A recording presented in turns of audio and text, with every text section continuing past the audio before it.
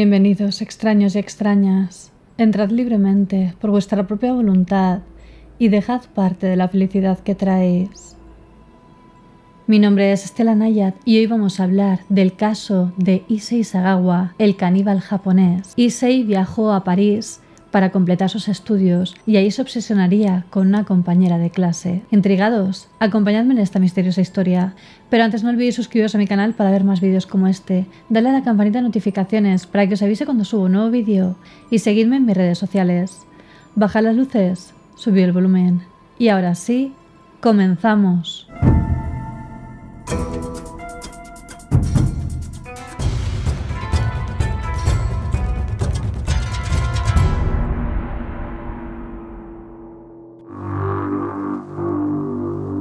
El caso de Issei Sagawa.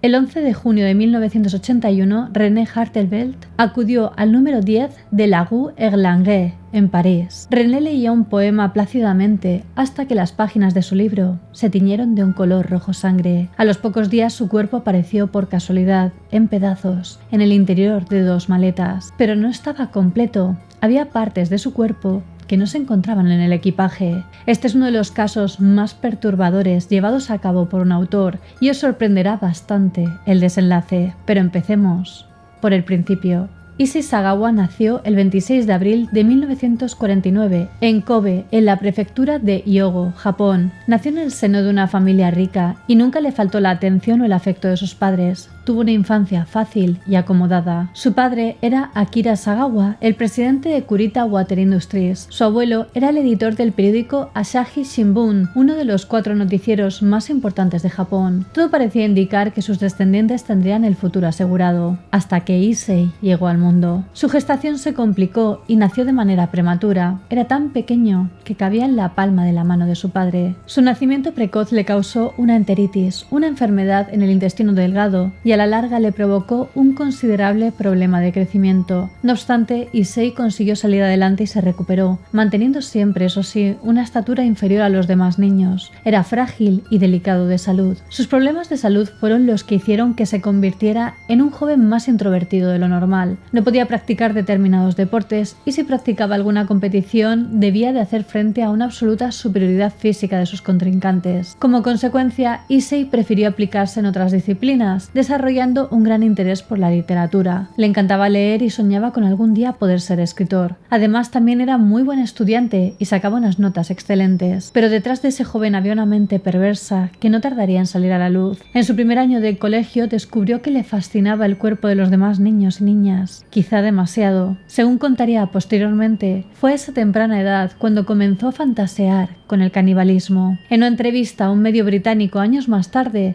Issei reveló al periodista que su compulsión por el canibalismo probablemente provenía de un sueño que había tenido en su infancia, marcándolo de por vida. Soñó que se encontraba en el interior de una olla hirviendo junto con su hermano, preparándose para una comida para otra persona. Una pesadilla que el tiempo fue moldeando, empezando a fantasear cada vez más regularmente con ideas caníbales. Al final terminó cambiando su papel de comida sin poder con el de consumidor empoderado. Puede que este sueño proviniera de un juego que realizaban él y su hermano con su tío cuando eran pequeños. Su tío les perseguía por toda la casa fingiendo que era un gigante come niños, que los iba a meter en una olla y cocinarlos, y el padre los salvaba siempre. Issei siempre dijo que este juego fue algo más para él. Esto le llevó a fascinarse por cuentos de hadas donde aparecían monstruos que comían niños. Uno de sus favoritos era Hansel y Gretel. Issei Sagawa acudió a la Universidad Wako y luego realizó un máster en literatura inglesa en la Universidad de Kwansei Gakuin. Conforme crecía y maduraba sexualmente, sus deseos caníbales iban en aumento, sintiendo una especial atracción por las mujeres extranjeras occidentales. A los 24 años, mientras aún estaba en la Universidad de Tokio, Issei se fijó en una mujer occidental que pasaba por la calle. Era una mujer alemana, alta y rubia, pero lo que más le llamó la atención fueron sus muslos. La estuvo viendo durante varios días. tomaban el mismo tren para regresar a casa y un día decidió actuar bajo sus impulsos. Resultó que esta chica vivía en el mismo bloque de apartamentos que su abuela, el cual conocía como la palma de su mano. Pensó que sería una buena idea intentar colarse en el apartamento de la chica, ya que le sería muy fácil escapar. Así que llegada la noche, entró en el apartamento de la joven mientras ella dormía. Estuvo esperando fuera hasta que vio que las luces de su apartamento se apagaron y entonces supo que ella se había acostado. Su plan era quitarle la vida, cortarle parte de los muslos y llevarlos consigo para comérselos. Pero Issei no era consciente de que esta mujer era mucho más grande que él y mucho más fuerte. Buscó algo en la habitación para golpearla y dejarla inconsciente y lo único que encontró fue un paraguas. Hizo algún ruido que la despertó accidentalmente. La chica gritó y le empujó fuertemente lanzándolo contra el suelo. La policía acudió rápidamente al lugar y arrestó a Issei Sagawa, acusándolo de intentar abusar de ella. Los agentes no tenían ni idea de las verdaderas intenciones del caníbal y él prefería no desmentir la idea que se habían formado. Al fin y al cabo, era menos escandaloso que el asesinato y el canibalismo. Finalmente la chica retiró los cargos ya que el padre de Issei la sobornó para que lo hiciera, zanjando así el asunto. Después de ese primer incidente, del que solo constó en los informes policiales el allanamiento de morada, Issei dudó de su estado mental, cuestionó sus impulsos y se atrevió a confesar sus oscuros deseos a un psiquiatra. El doctor consideró rápidamente que Issei Sagawa era un hombre muy peligroso y alertó a las autoridades, pero el padre de Sagawa usó de nuevo su influencia y logró encubrirlo. Tras el incidente realizó un viaje en crucero a Grecia. En el barco conoció a un carnicero y mostró un extraño interés por él. Le preguntó por las distintas técnicas para cortar carne y despiezar los animales, alegando que quería ser carnicero él también. Más adelante en la historia, tras su crimen más brutal, Issei le escribiría una carta al carnicero agradeciéndole por los conocimientos que le proporcionó. Seguramente se está arrepintiendo.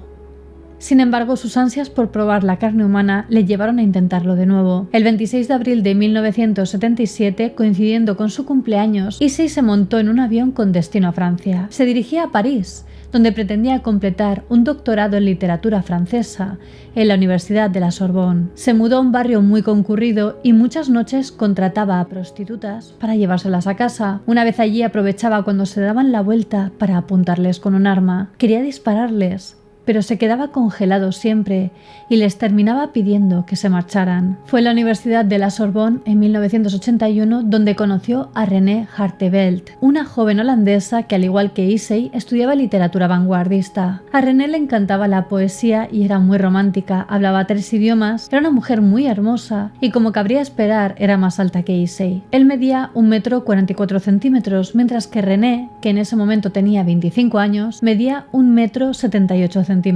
Para ampliar más las diferencias entre ambos, René estaba llena de vida, era una mujer muy activa y energética, lo que chocaba con el carácter débil y enfermizo de Issei. Al principio solo eran compañeros de clase, pero poco a poco entablaron cierta amistad, aunque tampoco llegaron a ser demasiado íntimos, solo quedaban ocasionalmente para tomar café y compartir apuntes. Pero durante el último tramo de amistad previo al suceso, empezaron a quedar para cenar en casa del uno o del otro para repasar apuntes. Sin embargo, estos encuentros solo alimentaban las oscuras fantasías de Issei de comer carne humana. René era perfecta a su parecer y solo podía pensar en consumir su carne. Era una chica preciosa y saludable y esto le llevaba a pensar que consumir su carne le proporcionaría esa belleza y buena salud. Quería absorber su energía, su vigorosidad. Issei intentó verse más con ella, alegando que necesitaba mejorar su alemán, y como la chica dominaba el idioma, se ofreció a pagarle por clases particulares. El 11 de junio de 1981, Issei Sagawa decidió invitar a su amiga René Hartevelt a cenar a su apartamento, en el número 10 de la Rue Erlangen. Puso como excusa el traducir un poema para sus estudios de alemán. Cuando llegó le sirvió un té japonés y sentó a René en el escritorio que se encontraba en el salón,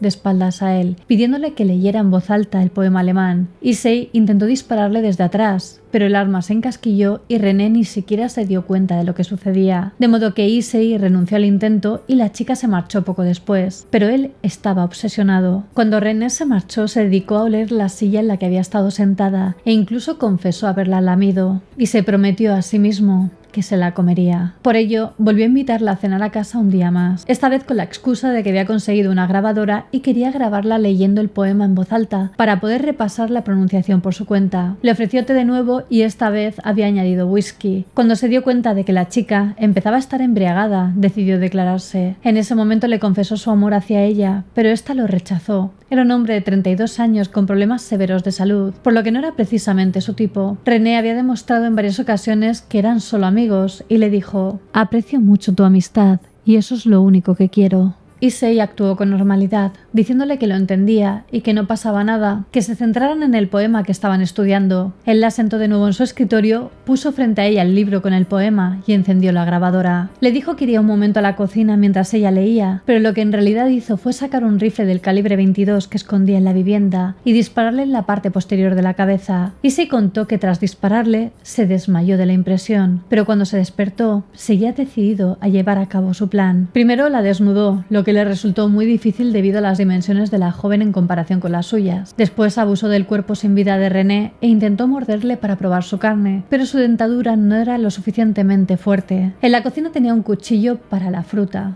pero este tampoco funcionó. Por eso abandonó el apartamento, compró un cuchillo de carnicero y regresó a la casa, donde comenzó a desmembrarla. Lo primero que quería probar era un trozo de su trasero, de la nalga izquierda. Tenía la necesidad de dar ese paso más allá. Quería empezar a sentirla más cerca, demostrar que la poseía plenamente. Estaba decidido a devorarla. Cortó parte de su pecho izquierdo y un trozo de su nariz. Después le dio la vuelta al cuerpo y pasó su mano por la cadera, mientras seguía probando su carne. Issei consumió varias partes del cuerpo de la chica, muchas de ellas crudas, y otras las guardó en su frigorífico para cocinarlas posteriormente. Se detuvo buscando olores, degustando el sabor de aquel vomitivo almuerzo. Le pareció delicioso. Probó trozos de carne cruda, otros cocinados, y experimentó con distintas salsas que tenían en la casa. La abrazaba y le decía que la amaba al tiempo que escuchaba grabaciones de la joven recitando poemas. Había esperado 32 años para cumplir su fantasía e iba a aprovecharla al máximo. Cuando finalmente se sintió agotado, llevó lo que quedaba del cuerpo a su cama para dormir con él. Al día siguiente, al descubrir que el cuerpo aún no producía ningún olor desagradable, consideró que podía seguir jugando con él. Continuó investigando, probándolo para saber qué partes sabrían mejor, incluidas aquellas más repulsivas. También realizó varias fotografías del cuerpo en los distintos estados según lo consumía y fue clasificando los distintos trozos de la carne en bolsas de plástico que guardó en su frigorífico. Cuando las moscas se agruparon alrededor del cuerpo, Issei comprendió que era el momento de deshacerse de él. En sus propias palabras, la luna de miel había terminado. Todo este proceso en el que Issei fue probando diferentes partes del cuerpo de René fue posteriormente relatado con todo lujo de detalles por el propio asesino, dejando tras de sí citas tan siniestras como esta: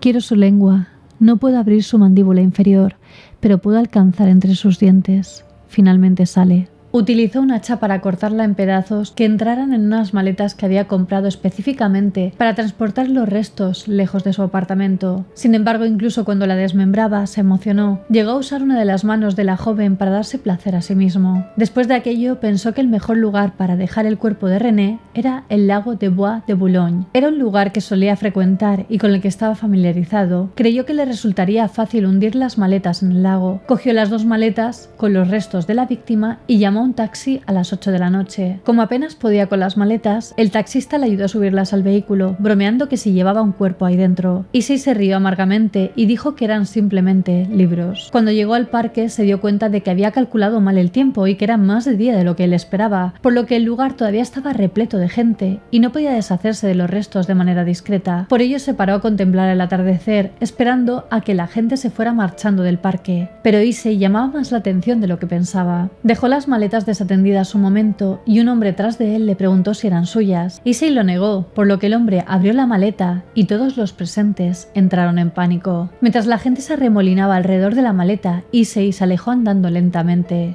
4 días más tarde, la policía ya había realizado la conexión y consiguieron una orden de registro para su apartamento. Se habían dado cuenta de que el cuerpo había sido comido, que se enfrentaban a un auténtico caníbal y que debería de haber llamado la atención de alguien. De modo que contactaron con las empresas de taxis de la zona para ver si recordaban a algún hombre con 2 maletas muy pesadas, y el taxista que la había recogido se acordaba perfectamente. Cuando los agentes entraron en casa de Issei, inspeccionaron su frigorífico y hallaron dentro partes del cuerpo de la mujer que se había encontrado descuartizada en aquellas maletas junto al lago Bois, al menos las que todavía no se había comido. Los policías detuvieron a Issei Sagawa inmediatamente Issei confesó el crimen, pero el procedimiento fue lento y estuvo 2 años esperando un juicio. Su padre contrató a un muy buen abogado para su defensa. Su declaración llevó a que los psiquiatras franceses que le estudiaron durante la investigación del caso lo consideraran un desequilibrado mental. Con todo ello se le declaró legalmente demente y no apto para un juicio, y se le condenó a ingresar en una institución mental francesa indefinidamente. El caso fue muy sonado en la prensa francesa y el público estaba enfurecido porque no querían que el Estado francés corriera con la cuenta de la institución mental de Issei. Finalmente se decidió deportarlo a Japón, donde ingresó en un hospital. Sin embargo, los psiquiatras nipones le realizaron un examen nada más llegar, concluyendo que tenía un simple trastorno de la personalidad. Ese diagnóstico no se correspondía con el que las autoridades francesas habían manifestado. De esta forma, las autoridades japonesas alegaron que su caso requería un ingreso en prisión, no en un hospital. Cuando comenzaron los trámites para devolverlo a una cárcel en Francia, donde había sucedido el asesinato de René,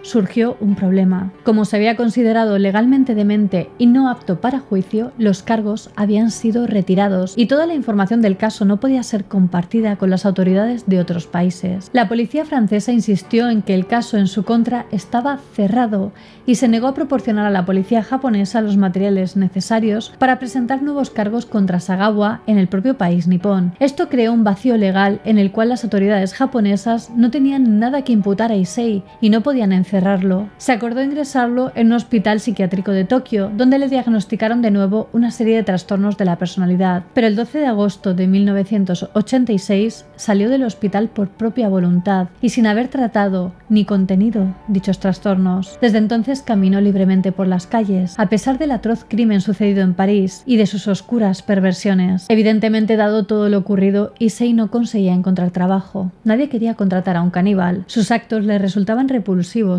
a cualquiera. La mayor parte de su familia trató de evitarlo, pero aún así su crimen y libertad tuvieron un impacto devastador en su familia. Su hermano menor desarrolló asma causado por el estrés, sus conocidos tenían miedo de juntarse con él y los vecinos le miraban de forma extraña, desconfiando de que él tuviera los mismos impulsos que Issei. Su padre, que había actuado en su favor durante el proceso judicial, tuvo que renunciar a su trabajo y su madre incluso intentó quitarse la vida. Cuando los padres de Issei murieron años después, no se le permitió asistir al funeral. Vivió a las afueras de Tokio, quedando a cargo de un cuidador diario debido a los problemas de salud extremos que seguía padeciendo durante su madurez. Lo más sorprendente del caso es que después de algunas décadas del asesinato de aquella joven holandesa, Issei admitió que todavía tenía deseos de comer carne humana. Aclaró que entiende el daño que causó, afirmando que no desea matar a otro ser humano, pero también reconoció no poder evitar ver a una mujer hermosa y preguntarse a qué sabría. No obstante, la soledad que el destino le auguraba a Issei fue contradicha por la atención pública que recibió. Los medios de comunicación no tardaron en hacerse eco de su historia y en exponerle ante la sociedad. La prensa se interesó mucho en Issei y le pidieron que escribiera sobre su crimen. Escribió varios ensayos y artículos de prensa, pero también escribió varios libros sobre su obsesión caníbal. Hay unos 20 libros entre los que escribió él mismo y los que escribieron sobre él otros autores. Incomprensiblemente ganó una notoriedad y mucho dinero beneficiándose de hablar sobre sus crímenes. También llegó a publicar un manga en el que aparecía explícitamente el asesinato de su compañera. Además, apareció en varias películas y documentales, incluso participó en una película para adultos. Issei Sagawa nunca mostró arrepentimiento, de hecho siempre se mostró orgulloso de su pasado y decía que todavía sentía cierto impulso caníbal. En sus múltiples entrevistas reafirmaba su confesión,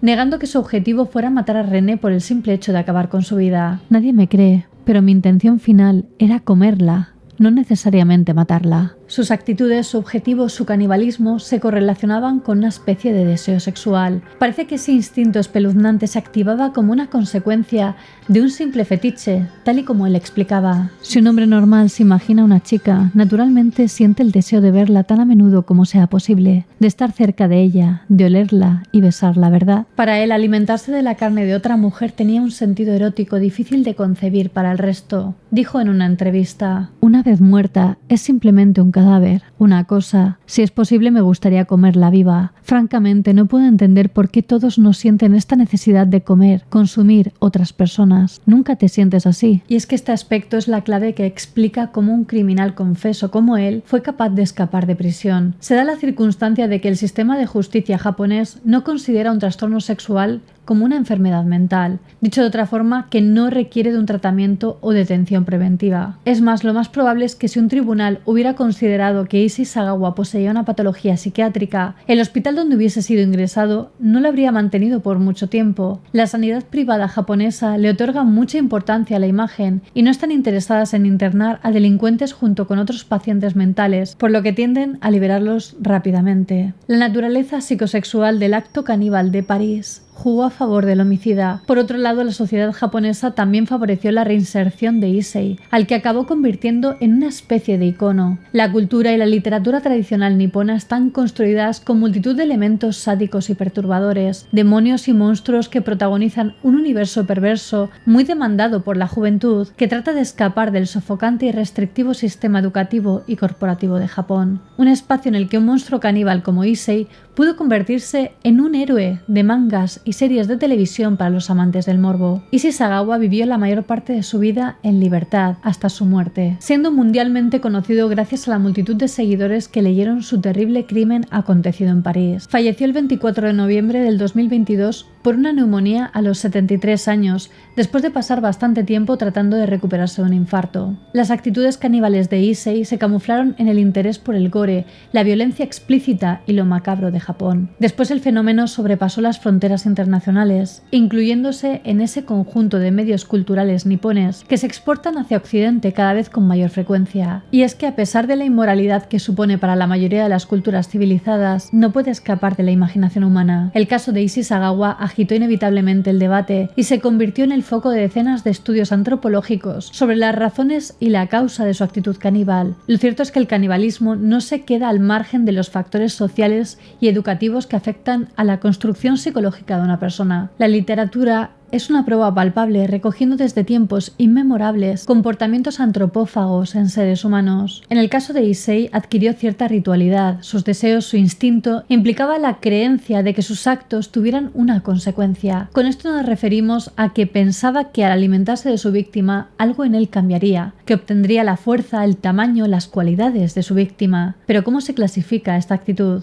Los antropólogos han distinguido tres tipos de canibalismo diferente: un canibalismo de supervivencia, en el que la práctica es la última opción de sobrevivir ante una situación extrema. Recordamos el caso del club de rugby uruguayo Old Christians Club, cuyo avión se precipitó sobre los Andes y los pasajeros supervivientes resistieron hasta 72 días alimentándose de los que habían fallecido en el accidente. Por otro lado, encontramos el canibalismo cultural, entendido por aquella práctica que era una actividad aceptada por los individuos de un grupo y tenía múltiples connotaciones. El caso de Issei Sagawa se ubica en el tercer tipo, un canibalismo patológico, un acto criminal. Esta psicopatología puede estar relacionada con factores de riesgo como abusos, maltratos, situaciones traumáticas durante la infancia, pero no parece que Issei soportara ningún tipo de acoso o abusos en el colegio o en su hogar, solamente era más pequeño y menos fuerte que los demás. Puede que su sensación de inferioridad fuera la que le llevó a obsesionarse por el cuerpo de otras personas, adquiriendo inconscientemente el deseo de parecerse a ellos, y de ahí creer que comiendo carne adquiriría sus características. La enajenación mental de Issei le llevó a dar un paso más allá,